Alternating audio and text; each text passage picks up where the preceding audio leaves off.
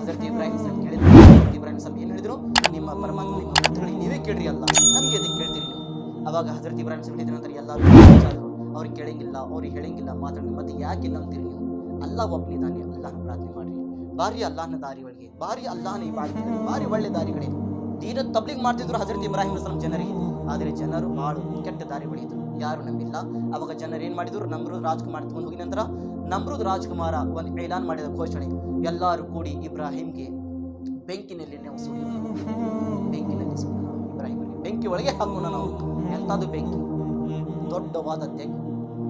40 ದಿನ ತನಕ ಅದರ ಒಳಗೆ ಏನು ಕಟ್ಕಿಯನ್ನು ಜಮಾ ಮಾಡಕ್ ಹೊಂದಿದ್ರು ಜನರು. 40 ದಿನ ತನಕ 35 ಫಿಟ್ ಅಗಲ, 45 ಫಿಟ್ ಎತ್ತರ ಅಂತ ದೊಡ್ಡವಾದ ತೆಗ್.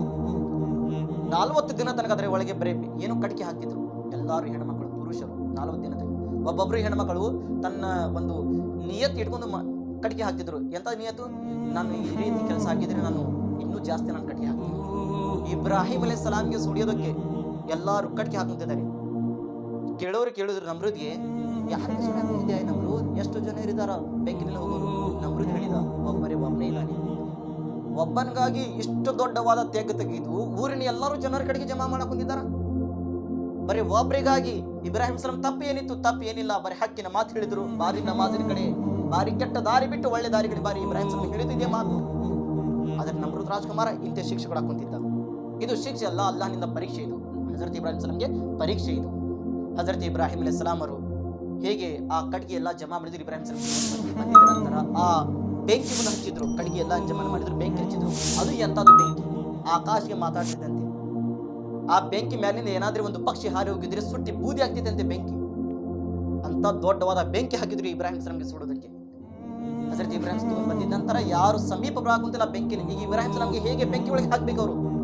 ಅಂತದ್ದು ಸಂದರ್ಭದಲ್ಲಿ ನೋಡ್ರಿ, ದೇವ ಬಿಟ್ಟಿಲ್ಲ, ಒಂದು ಪ್ಲಾನಿಂಗ್ ಕೊಟ್ಟ ಜನರಿಗೆ. ಮಂಜನೀಕ್ ಅಂತೂ ಒಂದು ವಸ್ತು ಇದೆ. ಇವತ್ತು ಯುದ್ಧದಲ್ಲಿ ಬಹಳಷ್ಟು ಜನರು ಯೂಸ್ ಮಾಡ್ತಾರ. ಅದು ಮಂಜನೀಕ್. ಅದರಲ್ಲಿ ಕಲ್ಲಿಟ್ಟು ದೂರ ಒಗೆಯೋದು, ಎಷ್ಟೋ ಕಿಲೋಮೀಟರ್ ಹೋಗಿ ಬೆಳೀತಿತ್ತು ಅದಕ್ಕೆ. ಅಂತದ್ದು ಮಂಜನೀಕ್ ವಸ್ತುವನ್ನು ತಯಾರು ಮಾಡಿದ್ರು. ಆ ವಸ್ತುನಲ್ಲಿ ಪ್ಲಾನಿಂಗ್ ಕೊಟ್ಟಿದ್ದು ಯಾರು? ದೇವ. ಜನರಿಗೆ ಏನ್ ಚಿಂತೆ ಮಾಡಕ್ ಹೊಂತಿದ್ರಿ ನೀವು? ನಾವು ಬೆಂಕಿ ಹಚ್ಚಿದ್ದೇವೆ, ಬೆಂಕಿ ಸುಡಿಯಾಕ್ ಹೊಂತಿದ್ದೆ, ಇಬ್ರಾಹಿಂ ಸಲಂ ಹೇಗೆ ಬಗ್ಗಿಬೇಕು, ಹೇಗೆ ಬೆಂಕಿ ಒಳಗೆ ಹಾಕಬೇಕು ಅಂತ ನಮಗೆ ಪ್ಲಾನಿಂಗ್ ಬರಕ್ ಹೊಂತಿಲ್ಲ. ದೇವ ಬಂದು ಹೇಳಿದ, ಈ ರೀತಿ ವಸ್ತು ತಯಾರು ಮಾಡ್ರಿ, ಅದರ ಒಳಗೆ ಅವರಿಗೆ ಕಟ್ಟಿ ಒಗಿರಿ. ಎಲ್ಲಾರು ಜನರು ಅದೇ ಪ್ಲಾನಿಂಗ್ ಪ್ರಕಾರ ವಸ್ತುವನ್ನು ತಯಾರು ಮಾಡಿದ ನಂತರ ಹಗ್ಗವನ್ನು ಜಗ್ಗಿ ಮೊದಲಿಗೆ ಪ್ರಾಕ್ಟೀಸ್ ಮಾಡಿದ್ರು. ಹೋಗ್ತೈತಿಲ್ಲ, ಕಲ್ಲು ಹೋಗಕ್ ಕುಂತಿತ್ತು. ಹಜರತ್ ಇಬ್ರಾಹಿಂ ಸಲಂಗೆ ಆ ವಸ್ತು ಮೇಲೆ ಕಟ್ಟಿ ಹೇಗೆ ಜಗ್ಗ ಕುಂತಿದ್ರು, ಹಗ್ಗನೇ ಬರಾಕ್ ಕುಂತಿಲ್ಲ ಜಗ್ಗವರೆಗೆ. ಅವಾಗ ದೇವ ಬಂದು ಮತ್ತೆ ಕೇಳಿದ, ಯಾಕೆ ಏನಾಯ್ತು? ಇದಕ್ಕಿಂತ ಮುಂಚೆ ನಾವು ಹಗ್ಗ ಜಗ್ಗಿದ ನಂತರ ಎಷ್ಟು ಚಲೋ ಹಗ್ಗ ಹಿಂದೆ ಬಂತು, ಈಗ ಯಾಕೆ ಜಗ್ಗಿದ್ರೆ ಹಗ್ಗನ ಬರಾಕ್ ಕುಂತಿಲ್ಲ? ದೇವ ನೋಡ್ರಿ ಏನ್ ಮಾಡಿದ. ಹಜರತ್ ಇಸ್ಮಾಯಿಲ್ ಏನೋ ರಿವಾಯತ್ ಇಲ್ಲಿದೆ, ಅವ್ರು ಹೇಳಿದ್ದಾರೆ, ದೊಡ್ಡ ಬುಜುರ್ಗರು ಹೇಳಿದ್ದಾರೆ ಇದು ರಿವಾಯತ್, ಅವ್ರಿಂದ ಬರ್ದಿದೆ. ಅವ್ರು ಏನ್ ಹೇಳ್ತಾರ ಅಂದ್ರೆ, ಅಂತ ಸಂದರ್ಭದಲ್ಲಿ ದೇವ ಬಂದು ಏನ್ ಹೇಳಿದ, ಏಕೆಂದ್ರೆ ಒಂದು ಕಡೆ ಫರಿಷ್ಠೆಗಳು ಹಜರತ್ ಇಬ್ರಾಹಿಂ ಅಲೈಹಿಸ್ಸಲಾಂಗೆ ಸಹಾಯತ ಮಾಡಕ್ ಕುಂತಿದ್ರು, ಇನ್ನೊಂದು ಕಡೆ ಎಲ್ಲಾರು ನಮ್ರೂದಿನ ಸೇನೆಗಳು ಒಗೆಯೋದು ಪ್ರಯತ್ನ ಮಾಡಕ್ ಕುಂತಿದ್ರು. ಈಗ ಹೇಗೆ ದೇವನಿಗೆ ಕಂಡು ಬರಬೇಕು? ದೇವ ಏನ್ ಮಾಡಿದ, ಈ ಸೇನೆಗಳಿಗೆ ಎಲ್ಲರಿಗೆ ಸರಸ್ರಿ, ನೀವು ಊರಿನ ಹೆಣ್ಣು ಮಕ್ಕಳಿಗೆ ಕರೆಸ್ರಿ, ಊರಿನ ಹೆಣ್ಣು ಮಕ್ಕಳಿಗೆ ಕರೆಸ್ರಿ ನೀವು. ದೇವ ಹೇಳಿದ, ಎಲ್ಲರಿಗೆ ಹೆಣ್ಣು ಮಕ್ಕಳು ಕರೆಸಿದ್ರು. ಹೇಗೆ ಸಮೀಪ ಕರೆಸಬೇಕಾಗಿತ್ತು. ಕರೆಸಿದ ನಂತರ ಅವಾಗ ದೇವ ಏನ್ ಮಾಡಿದ, ಎಲ್ಲಾರು ತನ್ನ ತಲೆ ಮೇಲಿಂದ ಪಟ್ಟವನ್ನು ತೆಗೀರಿ, ತಲೆ ಮೇಲಿಂದ ಎಲ್ಲಾರು ಪಟ್ಟವನ್ನು ತೆಗೀರಿ. ಹೇಗೆ ಪಟ್ಟ ತೆಗಿಬೇಕಾಗಿತ್ತು? ಅವಾಗ ಪ್ರೀತಿಯ ಸಹೋದರರೇ, ಎಲ್ಲಾರು ಸೇನಿಕರು ಜಗ್ಗಿ ಹಜರತ್ ಇಬ್ರಾಹಿಂ ಸಲಂ ಬೆಂಕಿ ಒಳಗೆ ಹಾಕಿದ್ರು. ಏಕೆಂದ್ರೆ ಹೇಗೆ ಹೆಣ್ಣು ಮಕ್ಕಳು ತನ್ನ ತಲೆಯಿಂದ ಪರ್ದವನ್ನು ತೆಗಿಬೇಕಾಗಿತ್ತು, ಆ ರಹಿಮತಿನ ಫರಿಷ್ಠೆ ಏನ್ ನಿಂತಿದ್ರು, ಆ ಹೆಣ್ಣು ಮಕ್ಕಳಿಗೆ ಬೇಪರ್ದ ನೋಡಿ ಮೊದಲಿಗೆ ಅಲ್ಲಿಂದ ಜಗವನ್ನು ಖಾಲಿ ಮಾಡಿದ್ರು ಫರಿಷ್ಠೆಗಳು ಹೆಣ್ಣು ಮಕ್ಕಳಿಗೆ ಬೇಪರ್ದ ನೋಡಿ ಅಲ್ಲಿಂದ ದೂರ ಆದ್ರು ಫರಿಷ್ಠೆಗಳು. ಇದರಿಂದ ನಮ್ಗೆ ಏನ್ ಸಿಕ್ಕಿದ ಪಾಠ ಗೊತ್ತಿದೆ? ಯಾವ ಹೆಣ್ಣು ಮಕ್ಕಳ ತಲೆ ಮೇಲೆ ಪಟ್ಟ ಇರ್ತೈತಿ, ಅವ್ರ ಸಮೀಪ ರಹಿಮತಿನ ಫರಿಷ್ಠೆಗಳು ಬರ್ತೈತಿ. ಇವತ್ತು ನಮ್ಮ ಮನೆ ಒಳಗೆ ಬರ್ಕತೆ ಏಕಿಲ್ಲ. ನಮ್ಮ ಪುರುಷರು ದುಡಿಯಾಕ ಕುಂತಿದ್ದಾರ, ನಮ್ಮ ಪುರುಷರು ಎಷ್ಟು ಕಷ್ಟಪಡಕ್ ಕುಂತಿದ್ದಾರ, ಆದ್ರೆ ಬರ್ಕತೆ ಏಕಿಲ್ಲ. ನಮ್ಮ ಒಳಗೆ ಮೊದಲೇ ಮಾತು ರಹಿಮತಿನ ಫರಿಷ್ಠೆಗಳು ಬರಕ್ ಕುಂತಿಲ್ಲ. ಹೇಗೆ ಬರಕ್ತಲ್ಲ? ನಾವು ಬೇಪರ್ದಾಗಿದೆ ಬಂದಿದ್ರೆ ಬೇಪರ್ದ, ಯಾರಾದ್ರೆ ಮುಂದೆ ಕುಂತಿದ್ರೆ ಬೇಪರ್ದ, ತಲೆ ಮೇಲೆ ಒಟ್ಟ ನಮ್ಮ ಪರ್ದ ಇರಂಗಿಲ್ಲ. ಈಗ ಮತ್ತು ಎಷ್ಟು ನಾವು ಚಿಂತೆ ಮಾಡ್ತೀವಿ, ನಮ್ಮ ಮನೆಯೊಳಗೆ ಬರ್ಕತ್ತಿಲ್ಲ, ಎಷ್ಟು ದುಡಿಯಾಕುತ್ತೀವಿ, ಎಷ್ಟು ಖರ್ಚಾಗಿದೆ, ಆದ್ರೆ ಬರ್ಕತ್ತಿಲ್ಲ. ಅಂತದ್ದು ಸಂದರ್ಭದೊಳಗೆ ನೋಡ್ರಿ, ಎಲ್ಲರೂ ಇಬ್ರಾಹಿಂ ಸಲಾಂಗೆ ಒಗೆಯೋದ್ ಪ್ರಯತ್ನ ಮಾಡ್ತಿದ್ರು. ಹೇಗೆ ಹೆಣ್ಣು ಮಕ್ಕಳ ಕರೆಸಿ ಪರ್ದ ತೆಗಿಸಬೇಕಾಗಿತ್ತು, ರಹಿಮತಿನ ಫರಿಷ್ಠೆಗಳು ದೂರ ಆದ್ರು.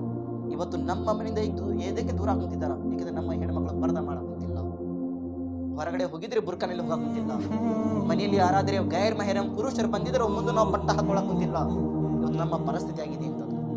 ಅದಕ್ಕೆ ನಮ್ಮ ಒಳಗಿಂದ ಮನೆಯಿಂದ ಏನು ಬರ್ಕತ್ತನ್ನು ದೂರ ಆಗ್ತಿದೆ. ಬರ್ಕತ್ ಒಂದು ಸಾರಿ ಹುಜೂರ್ ಸಲ್ಲಲ್ಲಾಹು ಅಲೈಹಿ ವಸಲ್ಲಂ ಮೊದಲೇ ಸಾರಿ ನೋಡಿ ಹಜರತ್ ಖುದ್ರಿಲ್ ಕುಬ್ರಾ ನಾವು ರಿವಾಯತ್ ಇದೆ. ಹುಜೂರ್ ಸಲ್ಲಲ್ಲಾಹು ಏಕದಮ್ ಮೈವನ್ನು ಅಡಗಳ ಕುಂತಿತ್ತು, ಬಾಳು ಎಲ್ಲ ಮುಖ ನೀರಾಗಿತ್ತು. ಅಂತ ಸರಿ ಮನೆ ಒಳಗೆ ಬಂದಿದ್ದಾರೆ. ಅಯ್ಯ ಖುದೀಜಾ, ಮೊದಲಿಗೆ ನನ್ನ ದೇಹ ಮೇಲೆ ಒಂದು ಚಾದರವನ್ನು ಹಾಕು. ಯಾ ರಸೂಲ, ಏನಾಯ್ತು ಯಾ ರಸೂಲ? ನನಗೆ ಫರಿಷ್ಠರನ್ನು ಕೊಂಡು ಜಿಬ್ರೈಲ್ ಬಂದಿದ್ದಾರೆ. ಯಾ ರಸೂಲಲ್ಲ, ಎಲ್ಲಿದ್ದಾರೆ? ನಿಮ್ಮ ಸಮೀಪ ಇದ್ದಾರಾ? ಹಾ, ನನ್ನ ಸಮೀಪ ಇದ್ದಾರಾ? ಇಲ್ಲೇ ನಿಂತಿದ್ದಾರಾ?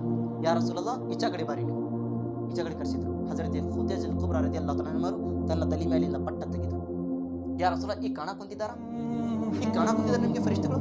ಹುಜೂರ್ ಸಲ್ಲಲ್ಲಾಹು ಅಲೈಹಿ ವಸಲ್ಲಂ ಹೇಳಿದ್ರು, ಇಲ್ಲ ಅವರು ಕಾಣ ಕುಂತಿಲ್ಲ. ಮತ್ತು ಪಟ್ಟ ಹಾಕೊಂಡ್ರು ತಲೆ ಮೇಲೆ. ಯಾ ರಸೂಲ, ಈ ಕಾಣ ಕುಂತಿದ್ದಾರಾ? ಹಾ ಖುದೀಜಾ, ಈ ಕಾಣ ಕುಂತಿದ್ದಾರೆ. ಅವಾಗ ಹಜರತ್ ಖುದ್ರಿಲ್ ಕುಬ್ರಾ ಮತ್ತೆ ಹೇಳಿದ್ರು, ಯಾ ರಸೂಲಲ್ಲ, ಈ ಫರಿಷ್ಠಗಳು ಬ್ಯಾರ್ಯಾರಲ್ಲ ಯಾ ರಸೂಲಲ್ಲ, ಏನು ಹಜರತ್ ಇಬ್ರಾಹಿಂ ಸಲಾಂಗೆ ಸಹಾಯತ ಮಾಡಕ್ ಬಂದಿದ್ರು ಅದೇ ಫರಿಷ್ಠಗಳು ನಿಮಗೆ ಒಳ್ಳೆ ದಾರಿ ತೋರ್ಸಕ್ ಬಂದಿದ್ದಾರೆ ಯಾ ರಸೂಲಲ್ಲ. ನಿಮಗೆ ಒಂದು ಒಳ್ಳೆವಾದ ಸಂದೇಶ ಕೊಡಕ್ ಬಂದಿದ್ದಾರೆ ಯಾ ರಸೂಲಲ್ಲ. ಅವರು ನಿಮ್ಮ ಬಗ್ಗೆ ಕೆಟ್ಟ ಏನು ಹೇಳಕ್ ಬಂದಿಲ್ಲ ಯಾ ರಸೂಲಲ್ಲ ಅಂತ ಹಜರತ್ ಖುದ್ರಿಜಾ ಅವರು ಹೇಳಕ್ ಬಂದಿದ್ರು. ನಮ್ಗೆ ಏನ್ ಸಿಕ್ತು? ಹಜರತ್ ಖುದ್ರಿಜಾ ಅವರು ನಮಗೆ ಒಂದು ಸಂದೇಶ ಕೊಡಕ್ ಬಂದಿದ್ದಾರೆ. ಅಯ್ಯ ಹೆಣ್ಮಕ್ಕಳು, ಹೇಗೆ ನೀವು ಪರ್ದಾ ತೆಗಿತೀರಾ, ರಹಮತ್ತಿನ ಫರಿಷ್ಠಗಳು ದೂರ ಆಗ್ತಾರ ನಿಮ್ಮಿಂದ. ಹೇಗೆ ನೀವು ಪರ್ದಾ ಹಾಕೊಂತೀರಾ, ಅವಾಗ ನಿಮ್ಮ ರಹಮತ್ತಿನ ಫರಿಷ್ಠ ನಿಮ್ಮ ಮನೆ ಒಳಗೆ ಬರ್ತಾರ, ಬರ್ಕತ್ತಿನ ಫರಿಷ್ಠ ನಿಮ್ಮ ಮನೆ ಒಳಗೆ ಬರ್ತಾರ. ಇವತ್ತು ನಾವು ಇಂಥದ್ದು ರಹಮತ್ತು ಬರ್ಕತ್ತು ನಮ್ಮ ಒಳಗಿದೆ ತಗೊಳ್ಳೋದು, ಆದ್ರೆ ನಮ್ಮ ಹೆಣ್ಮಕ್ಕಳು ಅದರಿಂದ ತಗೊಳಕ್ ಕುಂತಿಲ್ಲ. ಎದರಿಂದ? ಲಿಂಬೆ ಹಣ್ಣು, ತೆಂಗಿನಕಾಯಿ, ಅಂತ ಬಾಬಾ, ಇಂಥ ಬಾಬಾ, ಜಾದು ಬಾಬಾ, ಮಂತರ ಬಾಬಾ ಎಲ್ಲ ಕಡೆ ಅಡ್ಡಾಡ್ಕೊಂತೀವಿ ನಾವು. ಎದಕ್ಕೆ? ಬರೀ ಬರ್ಕತ್ಗಾಗಿ. ಏನಾದ್ರೆ ಲಿಂಬೆ ಹಣ್ಣು ಮಾಡಿಕೊಡಿ, ನಮ್ಮ ಮನೆಯೊಳಗೆ ಬರ್ಕತ್ತಾಗ್ಬೇಕು. ಎಲ್ಲಾ ತರ ದುಡ್ಡು ಕೊಡ್ತೀವಿ, ಶಕ್ತಿ ಕೊಡಿದ ದುಡಿಯೋದಲ್ಲ. ಆದ್ರೆ ನಮ್ಮ ಮನೆ ಒಳಗೆ ರೊಕ್ಕ ನಿಂದ್ರ ಕುಂತಿಲ್ಲ. ಕಾರಣ ಯಾಕೆ? ನಮ್ಮ ಮನೆ ಒಳಗೆ ಹೆಣ್ಮಕ್ಳು ಸರಿಯಾಗಿಲ್ಲ, ನಮಾಜಿನ ಪಾಬಂದಿಲ್ಲ, ಸ್ವಲ್ಪ ಇಸ್ಲಾಮ ಧರ್ಮದಲ್ಲಿ ಹೇಗಿರ್ಬೇಕು ಅನ್ನೋದು ಗೊತ್ತಿಲ್ಲ, ಇಸ್ಲಾಂ ಧರ್ಮ ಹೇಗಿರ್ಬೇಕು ಗೊತ್ತಿಲ್ಲ. ಕಾರಣಕ್ಕೆ ಇದೇ ನಮ್ಮ ದೊಡ್ಡವಾದ ಸಮಸ್ಯೆ. ಹಜರತ್ ಇಬ್ರಾಹಿಂ ಸಲಾಮರಿಗೆ ಹೇಗೆ ಬೆಂಕಿ ಒಳಗೆ ಹಾಕಬೇಕಿತ್ತು, ಹಾಕಿದ ನಂತರ ಹಜರತ್ ಇಬ್ರಾಹಿಂ ಸಲಾಮರು ಬೆಂಕಿನಲ್ಲಿ ಬರೋದು ಮುಂಚೆನೆ ಆಕಾಶದಿಂದ ಫರಿಷ್ಠಗಳು ಬರಾಕ್ ಕುಂತಿದ್ರು. ಇಬ್ರಾಹಿಂ ಸಲಾಂ, ಅನುಮತಿ ಕೊಡ್ರಿ, ನಾನು ಗಾಳಿ ತಗೊಂಡು ಬರ್ತೀನಿ, ಮಳೆ ತಗೊಂಡು ಬರ್ತೀನಿ, ಇಡೀ ಬೆಂಕಿ ನಾನು ಆರಿಸ್ತೀನಿ, ಬೆಂಕಿಗೆ ಹಜರತ್ ಇಬ್ರಾಹಿಂ ಸಲಾಂ ಏನ್ ಹೇಳಿದ್ರು? ನನಗೆ ಈ ರೀತಿ ಬೆಂಕಿನ ಹಾಕೋದು ಶಕ್ತಿ ಯಾರು ಕೊಟ್ಟಿದ್ದಾನೆ? ಆ ಜ್ಞಾನ ಕೊಟ್ಟಿದ್ದು ಯಾರು? ಅಲ್ಲಾಹ್ ಇಜ್ಜತ್. ಮತ್ತು ಅವನೇ ನಮಗೆ ಕಾಪಾಡಿಸ್ತಾನೆ, ನಾನು ಯಾಕೆ ನಿಮ್ಮಿಂದ ಸಹಾಯತ ತಗೋಬೇಕು? ಅವರು ಹೇಳಿದ್ರು. ಮತ್ತು ಜಿಬ್ರೈಲ್ ಸಲಾಂ ಅಂದ್ರೆ ಯಾರು ರಸೂಲಲ್ಲ, ಏನಾದ್ರೆ ಇಬ್ರಾಹಿಂ ಸಲಾಂ ಏನಾದ್ರೆ ಹೇಳ್ರಿ, ನಾವು ಸಹಾಯತ ಮಾಡ್ತೀವಿ. ಅವ್ರು ಹೇಳಿದ್ರು, ನನಗೆ ಈ ರೀತಿ ಬೆಂಕಿನಲ್ಲಿ ಹಾಕೋದು ಜ್ಞಾನ ಕೊಟ್ಟಿದ್ರು ಯಾರು? ಅಲ್ಲಾಹ್. ಅವನೇ ನನಗೆ ಕಾಪಾಡುತ್ತಾನೆ, ಅವನಿಗೆ ನನಗೆ ಈ ಬೆಂಕಿನ ದೂರ ಮಾಡುತ್ತಾನೆ. ಹಜರತ್ ಇಬ್ರಾಹಿಂ ಸಲಾಂಗೆ ಮಾತು ಹೇಳಿ ಎಲ್ಲ ಫ್ರೆಶ್ ದೂರ ಮಾಡಿದ್ರು. ಹಜರತ್ ಇಬ್ರಾಹಿಂ ಸಲಾಂಗೆ ಇದು ಬೆಂಕಿನಲ್ಲಿ ಹಾಕಿದ್ರು. ಬೆಂಕಿನಲ್ಲಿ ಹಾಕಿದ ನಂತರ ಪ್ರೀತಿಯ ಸೋದರಿ, ಹುಜೂರ್ ಸಲಾಂ ಹೇಗೆ ಬೆಂಕಿ ಒಳಗೆ ಬೆರಗಾಯಿತು, ಅವ್ರು ಬಂದಿದ ನಂತರ ಒಂದು ಕೂದಲನ್ನು ಸುಟ್ಟಿಲ್ಲ ಇಬ್ರಾಹಿಂ ಸಲಾಂನ. ಆ ರೀತಿ ಹಜರತ್ ಇಬ್ರಾಹಿಂ ಸಲಾಂ ಬೆಂಕಿ ಒಳಗೆ ಬಂದು ಕುಂತಿದ್ರಂತೆ. ನಮ್ರೂದ್ ರಾಜಕುಮಾರ ಮೇಲಿನಲ್ಲಿ ನಿಂತು ನೋಡಕ್ ಕುಂತಿದ್ದಾನ ಹಜರತ್ ಇಬ್ರಾಹಿಂ ಸಲಾಂಗೆ. ಹಜರತ್ ಇಬ್ರಾಹಿಂ ಸಲಾಂ ಸುಂದರವಾದ ತೋಟ, ಗುಲಾಬಿನ ತೋಟ ಒಳಗೆ ಕುಂತಿದ್ದಾರೆ ಬೆಂಕಿನ ಒಳಗೆ. ಬೆಂಕಿನ ಕೆಂಪು ಸ್ವರ್ಗದ ತೋಟದ ಮೇಲೆ ಹಜರತ್ ಇಬ್ರಾಹಿಂ ಸಲಾಂ ಕುಂತಿದ್ದಾರೆ ಒಳಗಡೆ. ಅಂತದ್ದು ತನ್ನ ಕಣ್ಣು ನೋಡಕ್ ಕುಂತಿದ್ದಾನೆ. ಯಾರು? ನಮ್ರೂದ್ ರಾಜಕುಮಾರ. ಹಜರತ್ ಇಬ್ರಾಹಿಂ ಸಲಾಂಗೆ ಯಾವುದೇ ತರಹದ ಬೆಂಕಿ ಸುಡಲಿ, ಹೇಗೆ ಸುಡಿಬಹುದು? ಯಾಕಂದ್ರೆ ಅಲ್ಲಾಹನ ನಬಿಯಾಗಿ ಬಂದಿದ್ದಾರೆ ಅವರು. ಅಲ್ಲಾಹ್ ಪರೀಕ್ಷೆ ತಗೊಳಕ್ ಕುಂತಿದ್ದಾನೆ. ಇವತ್ತು ನಮ್ಮ ಜೀವನ ಒಳಗೆ ಏನಾದ್ರೆ ಕಷ್ಟಗಳು ಬಂದಿದ್ರೆ ಅದು ನಮ್ಮ ಪರೀಕ್ಷೆ ತಿಳ್ಕೊರಿ ನೀವು. ಏನು ನಮ್ಮ ಪರೀಕ್ಷೆ? ಯಾಕೆಂದ್ರೆ ಅಲ್ಲಾಹನ ಯಾರು ಸಮೀಪ ಅತಿಥಿ ಆಗ್ತಾರ, ಯಾರು ಸಮೀಪ ಪ್ರೀತಿವಂತರಾಗ್ತಾರ ಅಂತ ಜನರಿಗೆ ಜಾಸ್ತಿ ಪರೀಕ್ಷೆ ನಾವು ಏನ್ ತಿಳ್ಕೊಂಡಿರಬಹುದು, ಇಲ್ಲಪ್ಪ ನಾನು ನಮಾಜ್ ಮಾಡ್ತೀನಿ, ರೋಜ್ ಆಡ್ತೀನಿ, ಕುರಾನ್ ಓದ್ತೀನಿ, ನನ್ನ ಮೇಲೆ ಏನು ಕಷ್ಟ ಬರೋಲ್ಲ. ಇಲ್ಲ, ನಿಮ್ಮ ಮೇಲೆ ಜಾಸ್ತಿ ಕಷ್ಟ ಬರೋದು ನಿಮ್ಮ ಮೇಲೆ. ಯಾಕೆಂದ್ರೆ ಹುಜೂರ್ ಹೇಳಿದ್ದಾರೆ ಮುಂಚೆ, ಅದ್ದುನಿಯಾ ಸಿಜುನುಲ್ ಮುಫ್ಮಿನಿ ವ ಜನ್ನತುಲ್ ಕಾಫಿರಿ. ಮುಮಿನ್ ಕಾಮಿಲ್ ಯಾರಿದ್ದಾರೆ ಅಂತ ಜನರಿಗೆ ಇದು ಪ್ರಪಂಚ ಒಂದು ಕೈದ ಖಾನ, ಜೈಲು ಇದ್ದಂಗೆ. ಕಾಫಿರ ಜನರಿಗೆ ಸ್ವರ್ಗ ಇದು. ಕಾಫಿರ್ ಜನರಿಗೆ ಏನಿದೆ? ಒಂದು ಸ್ವರ್ಗ ಇದು. ಮುಮಿನ್ ಕಾಮಿಲ್ ಅವರಿಗೆ ಒಂದು ಕೈದ ಖಾನ, ಜೈಲಿನಲ್ಲಿ ಇರುವ ಜನರಿಗೆ ಕಡೆ ನೀವು ಎಷ್ಟು ಸುಖವಾಗಿದೆಪ್ಪ, ಎಲ್ಲಿ ಸುಖ, ನೀ ಸೊಳ್ಳಿ ಕಡಿತಾರ, ನಿದ್ದೆ ಇಲ್ಲ, ಏನಿಲ್ಲ, ಊಟ ಸರಿಯಾಗಿ ಸಿಗಿಲ್ಲ, ಆ ರೀತಿ ತೊಂದರೆ, ಲೈಟ್ ಇಲ್ಲ, ಫ್ಯಾನ್ ಇಲ್ಲ, ಹವಾ ಇಲ್ಲ ಅಂತ ಕತ್ಲೆ ನಾವು ಇರಬೇಕು ಜೈಲಿನಲ್ಲಿ. ಇದು ಮುಮಿನ್ ಕಾಮಿಲ ಜೀವನ ಪ್ರಪಂಚದ. ಅಲ್ಲಾಹನ ನಬಿಗಳಿಗೆ ನೋಡ್ರಿ ಎಂತಾದ್ರು ಶಿಕ್ಷೆ, ಎಂತಾದ್ರು ಪರೀಕ್ಷೆ ತಗೊಂಡು ಅಲ್ಲಾಹ್ ಇಜ್ಜತ್. ಹಾಗೆ ನಬಿ ಅವರು ಬಂದು ದೀನ ಧರ್ಮನ ಬೆಳೆಸೋಗಿಲ್ಲ. ಅವರು ಇಂಥದ್ದು ಎಲ್ಲ ಕಷ್ಟನ ಮೇಲೆ ಪರೀಕ್ಷೆಯನ್ನು ಕೊಟ್ಟಿದ ನಂತರ ಆಮೇಲೆ ನಮಗೆ ಇದು ದೀನ ಧರ್ಮ ಸಿಕ್ಕಿದೆ. ಹಜರತ್ ಇಬ್ರಾಹಿಂ ಸಲಾಂ ಮತ್ತು ನಮ್ರೂದ್ ರಾಜಕುಮಾರ ಹೊರಗಿನ ನೋಡಿದ ನಂತರ ಏನ್ ತಿಳ್ಕೊಂಡ? ಇಬ್ರಾಹಿಂ, ನೀವು ಹೊರಗಡೆ ಬರಬಹುದಾ ಅಂತ ಕರೆಸಿದ್ದ. ಹಜರತ್ ಇಬ್ರಾಹಿಂ ಸಲಾಂ ಬೆಂಕಿನಲ್ಲಿ ಹಾಕಿದ ನಂತರ ಅಲ್ಲಾಹ್ ರಬ್ಬುಲ್ ಇಜ್ಜತ್ ತಕ್ಷಣ ಕುರಾನ್ ಬೆಂಕಿ ಇಬ್ರಾಹಿಂ ಮೇಲೆ ತಣ್ಣವನ್ನು ಆಗು. ಕುರಾನಿನ ಆಯತ್ ಅಲ್ಲಾಹ್ ಹೇಳಿ ಕಳಿಸಿದ, ಬೆಂಕಿ ಇಬ್ರಾಹಿಂ ಸಲಾಂ ಮೇಲೆ ತಣ್ಣವನ್ನು ಆಗು. ಆ ದಿನದಲ್ಲಿ ಪ್ರಪಂಚದಲ್ಲಿ ಎಷ್ಟು ಬೆಂಕಿದ್ದು ಎಲ್ಲ ಬೆಂಕಿ ತಣ್ಣಾಗಿದ್ದಂತೆ, ಎಲ್ಲ ಬೆಂಕಿ ತಣ್ಣಾಗಿದ್ದಂತೆ, ಎಲ್ಲ ಥಂಡಾಗಿದ್ದಂತೆ ಬೆಂಕಿ. ಹಜರತ್ ಇಬ್ರಾಹಿಂ ಸಲಾಮ್ ಹೇಗೆ ಹೊರಗಡೆ ಬರಬೇಕಿತ್ತು, ಅವಾಗ ನಮ್ರೂದ್ ರಾಜ್ಕುಮಾರ ಇನ್ನೊಂದು ಟ್ರೈ ಮಾಡಿದ್ದ, ಬೇರೆ ಜನರಿಗೆ ಬಗಿದ್ ನೋಡೋಣ ನಾವು, ಸುಡಿತಿದ್ಲ ಬೆಂಕಿ. ಯಾಕೆಂದ್ರೆ ಇಬ್ರಾಹಿಂ ಸಲಾಮ್ಗೆ ಸುಡಿಸಿಲ್ಲ ಇದು ಬೆಂಕಿ, ಅವ್ರು ಯಾವುದೇ ತರ ಅದು ಏನೋ ಮೈ ಸುಟ್ಟಿಲ್ಲ ಅವ್ರದ್ದು. ಬ್ಯಾರ್ಯರಿಗೆ ಹೇಗೆ ಮುದ್ಕಿಗೆ ಹಾಕಿ ತಕ್ಷಣ ಮುದ್ಕ ಸುಟ್ಟಿ ಬೂದಾಗಿದೆ. ಹಜರತ್ ಇಬ್ರಾಹಿಂ ಸಲಾಮ್ ಹೊರಗಡೆ ಬಂದಿದ್ದ ನಂತರ ಹೇಳಿದ್ರು, ಅವರ್ ನಮ್ರು ರಾಜ್ಕುಮಾರ ಏನ್ ಹೇಳಿದ, ಇಬ್ರಾಹಿಂ ನಾನು ಅಲ್ಲಾಹ್ ಕಡೆ ನಿಯತ್ ಮಾಡಿದ್ದೆ, ಈ ರೀತಿ ಆಗಿದ್ರೆ ಕೆಲಸ ನಾನು 40 ಆಕಳಗಳಿಗೆ ನಾನು ಕುರ್ಬಾನಿ ಕೊಡ್ತೀನಿ ಅಂತೂ ನಮ್ರೂದ್ ರಾಜ್ಕುಮಾರ ಇಚ್ಛೆ ಮಾಡಿದ್ದ, ನಾನು ಕುರ್ಬಾನಿ ಕೊಡ್ತೀನಿ. ಹಜರತ್ ಇಬ್ರಾಹಿಂ ಅಲೈಹಿಸ್ಸಲಾಂ ಹೇಳಿದ್ರು, ರಾಜ್ಕುಮಾರ ನೀ ಅಲ್ಲಾಹನ ಮೇಲೆ ಈಮಾನ್ ತರ ತನಕ ನೀ ಪಕ್ಕ ನೆಮ್ಮದಿಯನ್ನು ತರಬೇಕು, ಅಲ್ಲಾಹ್ ಒಬ್ಬನೇ ಇದ್ದಾನೆ, ಅಲ್ಲೇ ತನಕ ನಿನ್ನ ಕುರ್ಬಾನಿ ಕಬೂಲಾಗುವುದಿಲ್ಲ. ಆದ್ರೆ ನಮ್ರೂದ್ ರಾಜ್ಕುಮಾರ್ ಏನ್ ಮಾಡಿದ, ನಾನು ಈಮಾನ್ ತರೋದಿಲ್ಲ, ನಾನು ಕುರ್ಬಾನಿ ಕೊಡ್ತೀನಿ, ಆದ್ರೆ ಕುರ್ಬಾನಿ ಕಬೂಲಾಗಿಲ್ಲ. ನಮ್ರೂದ್ ರಾಜ್ಕುಮಾರ 800 ವರ್ಷ ಪ್ರಪಂಚದಲ್ಲಿ ಜೀವಿತಿದ್ದ. ಎಷ್ಟು? 800 ವರ್ಷ ಜೀವಿತಿದ್ದ ಪ್ರಪಂಚದಲ್ಲಿ. 400 ವರ್ಷ ಏನಿದೆ ರಾಜನೀತಿ ನಡೆಸಿದ್ದ. ಆದ್ರೆ ಅಂತ ಜನರ ಮೇಲೆ ಏನು ಅಬಾಬಿಲ್ ರಾಜ್ಕುಮಾರ್ ಏನಿದ್ದ, ಆ ಜನರ ಸೇನೆಗಳು ಎಲ್ಲರ ಮೇಲೆ ಸೇನೆಗಳು ಏನಿದ್ರು ಅಲ್ಲಾಹ್ ರಬ್ಬುಲ್ ಇಜ್ಜತ್, ಯಾಕೆಂದ್ರೆ ಇಬ್ರಾಹಿಂ ಅಲೈಹಿಸ್ಸಲಾಂನ ಮಾತು ಕೇಳಿಲ್ಲ ಅವರು. ಊರಿನ ಜನರು ಇಬ್ರಾಹಿಂ ಸಲಾಂನ ಮಾತು ಕೇಳಿ ಒಳ್ಳೆ ದಾರಿಯಲ್ಲಿ ಬಂದಿಲ್ಲ ಅವರು. ಅದೇ ಕಾರಣ ಅಲ್ಲಾಹ್ ರಬ್ಬುಲ್ ಇಜ್ಜತ್ ಆ ಜನರ ಮೇಲೆ ಸೂರ್ಯದ ಬೆಳಕನ್ನು ತೆಗೆದು ಎಲ್ಲಾ ಕತ್ಲವನ್ನು ಹಾಕಿದ್ದ.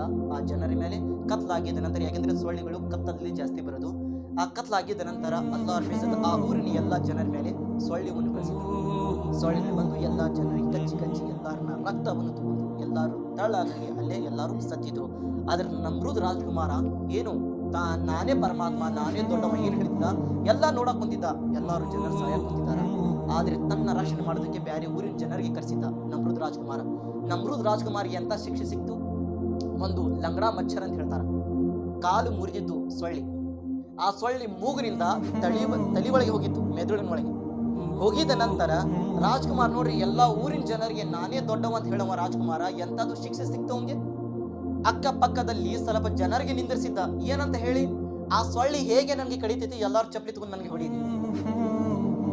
ನೋಡಿ ಶಿಕ್ಷೆ ಎಂತಾದ್ರೂ ಸಿಕ್ತು. ಇವತ್ತು ಬಹಳಷ್ಟು ಟವರ್ ಮಾಡ್ತಾರ ಅಲ್ಲಾಹನ ದೀನ ಧರ್ಮನಲ್ಲಿ ಬಂದು ನಾವೇ ದೊಡ್ಡವರು ನಮ್ಮಂತ ಹೇಳಿದ್ರೆ ನಡಿಬೇಕು. ಪ್ರೀತಿಯ ಸಹೋದರರೇ, ಅಲ್ಲಾಹನ ಸ್ಥಾನ ಎಂತಾದ್ರೂ ಸ್ಥಾನ ಅದು. ಆ ಮಸಜಿದ್ ಎಂತಾದ್ರೂ ಸ್ಥಾನ, ಮದರ್ಸ ಎಂತ ಅಲ್ಲಿ ಹೋಗಿದ ನಂತರ ನಾವು ಗುಲಾಮಾಗಿ ಹೋಗ್ಬೇಕು. ಆ ಜಗದಲ್ಲಿ ಹೋಗಿದ ನಂತರ ನೀವು ಹೊರಗಡೆ ಪ್ರಪಂಚದಲ್ಲಿ ಏನಾರು ಇರೋರಪ್ಪ, ದೊಡ್ಡವಾದ ಶ್ರೀಮಂತ ಇರಬಹುದು, ಅಧ್ಯಕ್ಷ ಇರಬಹುದು, MLA PM ಏನಾದ್ರೂ ಇರ್ಬೋದು, ಪ್ರಪಂಚಕ್ಕಾಗಿರ್ಬೋದು. ಮಸಜಿದ್ನಲ್ಲಿ ಬಂದ ನಂತರ, ಅಲ್ಲಾಹನ ಬಾರಿನಲ್ಲಿ ಬಂದ ನಂತರ ನಾನು ಸಣ್ಣವಾದ ಖಾದಿ, ನಾನು ಗುಲಾಮ್, ನಾನು ಪಾಪಿ, ನಾನು ನಿನ್ನ ಸೇವಕ ಭಕ್ತಾಗಿ ಬಂದಿದ್ದೀನಿ.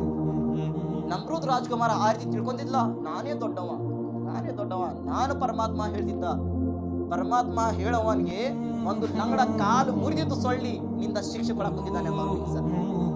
ಅದು ಏನಾದ್ರು ಮೂಗಿನಲ್ಲಿ ಹೋಗಿ ನಂತರ ತನ್ನ ಮೆದುಳು ತಿನ್ನಕ್ ಕುಂತಿದ್ದೆ ರಾಜ್ಕುಮಾರದು. ಆ ಜನರು ಏನು ಗೌರವ ಮರ್ಯಾದೆ ಕೊಡ್ತಿದ್ರು, ಅದೇ ಜನರು ಚಪ್ಪಲಿ ತಗೊಂಡು ರಾಜ್ಕುಮಾರಿಗೆ ಹೊಡ್ಯಾಕ್ ಕುಂತಿದ್ದಾರೆ. ಹೇಗೆ ಕಡಿತಿದ್ದು, ಎಲ್ಲಾರು ಜನರು ಚಪ್ಪಲಿ ತಗೊಂಡು ಹೊಡಿತಿದ್ರು ನಮ್ರೂದ್ ರಾಜ್ಕುಮಾರಿಗೆ. ಹೊಡೆದ ನಂತರ ಹೊಡ್ತಾ ತಿಂದಿನ ಅದೇ ರೀತಿ ನಮ್ರೂದ್ ರಾಜ್ಕುಮಾರ ಪ್ರಪಂಚ ಬಿಟ್ಟು ಹೋದ. ಹಜರತ್ ಇಬ್ರಾಹಿಂ ಸಲಾಮರು ಆ ಊರವನ್ನು ಬಿಟ್ಟು ಎಲ್ಲೇ ಮಿಸ್ರಿಗೆ ಬಂದರು. ಮೊದಲಿಗೆ ಬಂದ್ರು ಮಿಸ್ರಿನಿಂದ ಬಂದಿದ್ದ ನಂತರ ಇಬ್ರಾಹಿಂ ಅಲೈಹಿಸ್ಸಲಾಂ ಅವರು ಅಲ್ಲಿ ಅವ್ರ ಕಾಕಾರು ಹಾರಾನ್ ಅಂತ ಅವ್ರ ಕಾಕಾರಿದ್ರು, ಚಿಕ್ಕಪ್ಪಾಜಿ ಮಗಳಿಗೆ ಮದುವೆ ಮಾಡ್ಕೊಂಡ್ರು. ಹಜರತ್ ಇಬ್ರಾಹಿಂ ಸಲಾಂ ಮೊದಲೇ ಹೆಂಡತಿ ಯಾರು, ಹಜರತೆ ಸಾರಾ ರದಿಯಲ್ಲಾಹು ತಾಲಾ ಅನ್ಹಾ. ಯಾರು? ಹಜರತೆ ಸಾರಾ ರದಿಯಲ್ಲಾಹು ತಾಲಾ ಅನ್ಹಾ ಅವ್ರು ಮದುವೆ ಮಾಡ್ಕೊಂಡ್ರು. ಆದ್ರೆ ಹಜರತ್ ಇಬ್ರಾಹಿಂ ಅಲೈಹಿಸ್ಸಲಾಂ ಅವರು ಅದೇ ಊರಿನ ಒಳಗೆ ದೀನ ತಬ್ಲೀಗ್ ಮಾಡಕ್ ಬಂದಿದ್ರು. ನೋಡ್ರಿ, ಎಲ್ಲೆಲ್ಲಿ ಅಲ್ಲಾಹನ ನಬಿಗಳು ಹೋಗಿದ್ರು, ಪ್ರವಾದಿಗಳು ಹೋಗಿದ್ರು, ಅವ್ರು ಎಲ್ಲಾರು ದೀನ ತಬ್ಲೀಗ್ ಮಾಡ್ತಿದ್ರು. ಇದೇ ರೀತಿ ಜನರಿಗೆ ಇದಕ್ಕಿಂತ ಅತಿ ಜಾಸ್ತಿ, ಯಾಕೆಂದ್ರೆ ನಾವು ಅವ್ರ ಕಾಲಿನ ಧೂಳಿ ಬರಾಬರಿಲ್ಲ. ನಾವು ಇವತ್ತು ಚಿಕ್ಕಾಲಿನ ನಾವು ಖಾದಿಮ್ಗಳು, ನಾನು ಖುದ್ದಾವಾಗಿ ಬಂದಿದ್ದೆ ನಾವು ಇಲ್ಲಿ, ठीक है. ಅವರು ಅತಿ ಜಾಸ್ತಿ ಜನರಿಗೆ ದೀನ ತಬ್ಲೀಗ್ ಕರೀತಿದ್ರು. ಹಜರತ್ ಅಯ್ಯೂಬ್ ಅಲೈಹಿಸ್ಸಲಾಂ ಅವರು 950 ವರ್ಷ ಜನರಿಗೆ ದೀನ ತಬ್ಲೀಗ್ ಮಾಡಿದ್ರು. ಎಷ್ಟು? 950 ವರ್ಷ. ಬಾರಿ ಅಲ್ಲಾಹನ ದಾರಿ ಒಳಗೆ, ಬಾರಿ ನಮಾಜ್ ಕಡೆ, ಬಾರಿ ರೋಜಾ ಇಡಕ್ ಬರ್ರಿ, ಬಾರಿ ನಮಾಜನ್ನು ಮಾಡೋರು ಬರ್ರಿ. 950 ವರ್ಷ ಜನರಿಗೆ ದೀನ ದಾರಿಯಲ್ಲಿ ಕರೀತಿದ್ರು. 950 ವರ್ಷದಲ್ಲಿ ಎಷ್ಟು ಜನರು ಮುಸಲ್ಮಾನಾದ್ರು, ಎಷ್ಟು ಜನರು ಒಳ್ಳೆಯವರಾದ್ರು? ಬರೀ 80 ಜನರು. ಲೆಕ್ಕ ಹಾಕಿ. ಇವತ್ತು 3 ವರ್ಷ ಆಗಿದ್ರೆ ನಮ್ಮ ಸರಿಯಾಗಿ ನಮ್ಮ ಊರಿನ ಒಳಗೆ ನಮಾಜ್ಗೆ ಬರಾಗಲ್ಲ ಜನರು. ಇಲ್ಲಿಂದ ಬಹಳಷ್ಟು ಊರಿನ ಒಳಗೆ ಮಸೀದಿ ಖಾಲಿ ಇದೆ, ಮಸೀದ್ಗಳಲ್ಲಿ ಫ್ಯಾನ್ ಇದೆ, AC ಇದೆ, ಎಲ್ಲಾ ತರದ ವ್ಯವಸ್ಥೆ ಇದೆ ಮಸೀದ್ ಒಳಗೆ. ಮೊದಲಿನ ಕಾಲದಲ್ಲಿ ಮಸೀದ್ ಅಂದರೆ ಒಂದು ಜೋಪಡಪಟ್ಟಿ ಇದ್ದಂಗಿತ್ತು. ಆದ್ರೆ ನಮಾಜ್ ಮಾಡೋರು ಪಕ್ಕ ಇದ್ರು, ನಮಾಜಿರು ಪಕ್ಕ ಇದ್ರು, ಹೃದಯನಲ್ಲಿ ಭಯ ಇತ್ತು. ಇವತ್ತು ಮಸೀದ್ ಪಕ್ಕ ಇದೆ, ನಮಾಜಿರು ಕಚ್ಚಾ ಇದ್ದಾರೆ. ಇವತ್ತಿನ ಪರಿಸ್ಥಿತಿ ಮಸೀದ್ನಲ್ಲಿ ಅದೆಲ್ಲ ನಾವು ಕೊಡಿಸ್ತಿದ್ವು. ನೀವು ಎಲ್ಲ ಕೊಡ್ಸಕ್ ಕುಂತೀರಪ್ಪ, ಯಾರು ಬಳಸ್ಬೇಕದು? ವಸತಿ ಮಾಡಿದ್ದು ಅಲ್ಲಾಹನ ಭಕ್ತಾದಿಗಳಿಗೆ, ಸೇವಕರಿಗಾಗಿ. ಇವತ್ತು ಇಂಥದ್ದು ನಮ್ಮ ಪರಿಸ್ಥಿತಿ. 950 ವರ್ಷ ದೀನ ತಬ್ಲೀಗ್ ಮಾಡಿದ್ರೇನೆ ಎಷ್ಟು? 80 ಜನರು ಬರೀ ಮುಸಲ್ಮಾನ್ ಆಗಿದ್ರು. 80 ಜನರು ಒಳ್ಳೆ ದಾರಿಗೆ ಬಂದರು. ಆದ್ರೆ ಆ ಪುಣ್ಯವಂತರು ಜನರು ಯಾರು ಜನರು ದೀನದ ದಾರಿಗಳಿಗೆ ಬಂದಿಲ್ಲ, ಅಂತ ಜನರು ನರಕಲ್ಲಿ ಹೋದರು. ಇವತ್ತು ನಮ್ಮ ಪರಿಸ್ಥಿತಿ ಅದಾಗುತ್ತಿದೆ. ಬಹಳಷ್ಟು ನಾವು ಬಯಾನಾತ್ಗಳು ಕೇಳ್ತೀವಿ, ಪ್ರವಚನ ಕೇಳ್ತೀವಿ, ಯೂಟ್ಯೂಬ್ನಲ್ಲಿ, ಫೋನ್ನಲ್ಲಿ, ಆ ಹಜರದಿಂದ ಈ ಹಜರತ್ ಕೇಳ್ತೀವಿ. ಆದ್ರೆ ನಮ್ಮ ಜೀವನ ಒಳಗೆ ನಾವು ಸ್ವಲ್ಪ ಸುಧಾರಣೆ ಮಾಡಿಲ್ಲಪ್ಪ ಅಂದ್ರೆ ನಾವು ಕೇಳಿರೋ ಉಪಯೋಗ ಇಲ್ಲ. ಅಲ್ಲಾಹನ ಕಡೆ ದೊಡ್ಡವಾದ ಉತ್ತರ, ನಿಮಗೆ ಜೀವನದಲ್ಲಿ ಎಲ್ಲಾ ತರಹದ ಶಿಕ್ಷಣ ನಿಮಗೆ ಸಿಗಾಕುತ್ತಿದೆ, ಆದ್ರೆ ನೀವು ಪಾಲನೆ ಮಾಡಕುತ್ತಿಲ್ಲ. ಈಗ ಫಾರ್ ಎಕ್ಸಾಂಪಲ್ ನಾನು ಎಕ್ಸಾಂಪಲ್ ಕೊಡ್ತೀನಿ. ಒಂದು ಸಣ್ಣವಾದ ನಾವು ಬಿಸ್ನೆಸ್ ಕಲ್ತಿದ್ರೆ ಏನಾದ್ರೂ ಹೇಳ್ತಾರ, ಯಾವ್ದು ಬಿಸ್ನೆಸ್ ಮಾಡ್ತೀರಾ? ಫಾರ್ ಎಕ್ಸಾಂಪಲ್ ಸಣ್ಣವಾದ ಗುರಿ ಎಲ್ಲರೂ ಹೆಣ್ಮಕ್ಳು ಮಾಡುದು, ನಾನು ಟೈಲರಿಂಗ್ ಮಾಡ್ತೀನಿ, ಚಿಕ್ಕ ಟೈಲರಿಂಗ್ ಮಾಡ್ತೀನಿ ನಾವು. ಹೌದಾ? ಟೈಲರಿಂಗ್ ಮಾಡ್ತೀರಾ? ಮತ್ತೆ ಎಷ್ಟು ನೀವು ಶ್ರೀಮಂತಿದ್ದೀರಾ? ಇಲ್ಲ, ನಾನು ಎಲ್ಲದಿನ ಅಲ್ಲೇ ಇದ್ದೀನಿ. ಬಿಸ್ನೆಸ್ ಐತಿ, ಜ್ಞಾನ ಐತಿ, ಅದ್ರ ಮೇಲೆ ಪಾಲನೆ ಇಲ್ಲ. ಉಪಯೋಗ ಏನು? ಕಲಿದನ ಉಪಯೋಗ ಜ್ಞಾನ ತಗೊಂಡಿದ್ದಾರ, ಅದ್ರ ಬಗ್ಗೆ ಅದ್ರ ಬರಾಬರಿ ಸರಿಯಾಗಿ ನೀವು ಬಟ್ಟೆ ಹೊಲಿರಲ್ಲ, ನೀವು ಕಷ್ಟ ಪಡಿರಲ್ಲ ಅದ್ರ ಮೇಲೆ. ನೀವು ಅವಾಗಲೂ ಬೆಳಿತೀರಿ, ನೀವು ಮುಂದೆ ಬರ್ತೀರಿ. ನೀವು ಜ್ಞಾನ ಇದೆ, ಆದ್ರೆ ಬೆಳೆಯಕ್ ಕುಂತಿಲ್ಲ. ಕಾರಣ ಏಕೆ? ನಮ್ಮ ಒಳಗೆ ಸುಸ್ತಿದೆ. ಅದೇ ರೀತಿ ನಮ್ಮ ನಮಾಜಿನ ಎಲ್ಲ ತರದ ನಮ್ಮ ಮುಸಲ್ಮಾನ ನಮ್ಗೆ ಭಯ ಇದೆ, ಆದ್ರೆ ನಮಾಜಿನ ಪಾಬಂದಿ ಇಲ್ಲ. ಮನೆ ಒಳಗೆ ನಮ್ಮ ಭಯ ಇಲ್ಲ, ಅಲ್ಲಾಹ ಮನೆ ಒಳಗೆ ದೀನ ಶರೀಯತಿನ ಬೆಳಕಿಲ್ಲ. ಕಾರಣ ಏಕೆ? ಇದೇ ನಾವು ಹಿಂದಾಗಿದ್ದೀವಿ. ಹಜರತೆ ಸಾರನ್ನ ಮದುವೆ ಮಾಡ್ಕೊಂಡು ಅದೇ ಊರು ಬಿಟ್ಟು ಮಿಸ್ರಿಗೆ ಬಂದ್ರು. ಮಿಸ್ರಲ್ಲಿ ಬಂದಿದ ನಂತರ ಬರೋ ದಾರಿ ಬಳಿಗೆ ಹಜರತೆ ಹಾಜರಾ ಅವ್ರು ಸಿಕ್ಕಿದ್ರು. ಯಾರು? ಹಜರತೆ ಹಾಜರಾ ಕರ್ಕೊಂಡು ಬಂದಿದ ನಂತರ ಮಿಸ್ರ್ನಲ್ಲಿ ಎಲ್ಲ ಜಾಯ್ಜಾತ್ ಗಟ್ಟಿ ಎಲ್ಲ ತಗೊಂಡು ಊರು ತಗೊಂಡು ಅಲ್ಲೇ ಜೀವನ ಮಾಡಕ್ ಕುಂತಿದ್ರು. ಹಜರತೆ ಇಬ್ರಾಹಿಂ ಸ್ವಲ್ಪ ವರ್ಷ ಕಳೆದಿದ್ದ ನಂತರ ಮಗು ಹುಟ್ಟಿ ಬಂದಿದ್ದ, ಮಕ್ಕಳಾಗಿದ್ದ ಅವರಿಗೆ. ಹಜರತೆ ಸಾರಾ ಹೇಳಿದ್ರು, ಇಲ್ಲ ರೀ, ನಮ್ಮ ನಿನ್ನ ಮಟ್ಟಿ ಏನೇ ಮಕ್ಕಳವನ್ನ ಆಗಿಲ್ಲ, ಈಗ ಹಾಜರ ಅವ್ರ ಅದಾರ, ಅವ್ರ ಜೊತೆ ನೀವು ಮದುವೆ ಮಾಡ್ಕೊಂಡ್ಬಿಡ್ರಿ, ಅವ್ರಿಂದ ನಮ್ಗೆ ಏನಾದ್ರೂ ಮಗು ಬರಬಹುದು, ಮಕ್ಕಳು ಹುಟ್ಟಿ ಬರ್ಬಹುದು. ಹಜರತೆ ಹಾಜರಾ ರದಿಯಲ್ಲಾಹು ತಆಲಾ ಅವರಿಗೆ ಮದುವೆ ಮಾಡ್ಕೊಂಡ್ರು. ಹಜರತೆ ಇಬ್ರಾಹಿಂ ಎಷ್ಟು ಮಂದಿ ಹೆಂಡತಿರಿದ್ರು? 2 ಮಂದಿ. ಹಜರತೆ ಸಾರಾ ಮತ್ತು ಹಜರತೆ ಹಾಜರಾ ಇಬ್ರು ಹೆಂಡತಿಗಳವರು. ಹಜರತೆ ಸಾರಾಗೆ ಮೊದಲಿಗೆ ಮದುವೆ ಮಾಡ್ಕೊಂಡಿದ್ರು, ಮತ್ತು ನೆಕ್ಸ್ಟ್ ಹಜರತೆ ಹಾಜರಾ ಅವರಿಗೆ ಇದು ಮದುವೆ ಮಾಡ್ಕೊಂಡಿದ ನಂತರ ಹಜರತೆ ಇಬ್ರಾಹಿಂ ಅಲೈಹಿಸ್ಸಲಾಂದರು ಒಂದು ರಿವಾಯತ್ನಲ್ಲಿ 120 ವರ್ಷ, ಎಷ್ಟು? 120 ವರ್ಷ. ಒಂದು ರಿವಾಯತ್ನಲ್ಲಿ ಹಜರತೆ ಹಾಜರಾ ಅವ್ರದ್ದು 90 ವರ್ಷ ಆಗಿತ್ತು.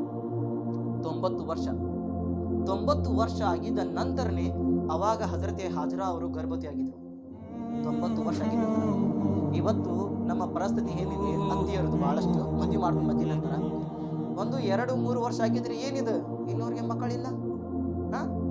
ಎಂತ ಸೊಸಿಗೆ ನೀ ಹುಡ್ಕೊಂಡು ಬಂದಿದ್ಯಾ? ಎಂತ ಸೊಸಿ ಕರ್ಕೊಂಡ್ ಬಂದಿದ್ಯಾ ಮನೆ ಒಳಗೆ? ಇನ್ನೂರಿಗೆ ಮಗು ಇಲ್ಲ. ಇದೇ ಏನಿದು? ಕಾಡಿಸ್ತಾ ಇರ್ತಾರ, ಬೈತಾ ಇರ್ತಾರ, ಅವ್ರಿಗೆ ಕೆಟ್ಟ ಮಾತು ಹೇಳ್ತಿರ್ತಾರ. ಮಕ್ಕಳಿನ ನೇಮತು ಕೊಡೋದು ಜನರ ಒಳಗೆಲ್ಲ, ಅಲ್ಲಾಹನ ಕೈ ಒಳಗಿದೆ. ಅಲ್ಲಾಹರ ಇಜ್ಜತ್ ಕೊಟ್ಟಿದ ನಂತರ ಮಕ್ಕಳಾಗುತ್ತಾರೆ. ನಾವು ಎಷ್ಟು ಪ್ರಯತ್ನ ಮಾಡಿ, ಆದ್ರೆ ಅವನ ಅನುಮತಿ ಕೊಡೋ ತನಕ ಯಾರಿಗೆ ಮಕ್ಕಳಾಗುದಿಲ್ಲ. 190 ವರ್ಷ ಆಗಿದ ನಂತರ ಹಜರತೆ ಹಾಜರಾ ಗರ್ಭವತಿ ಆದ್ರು.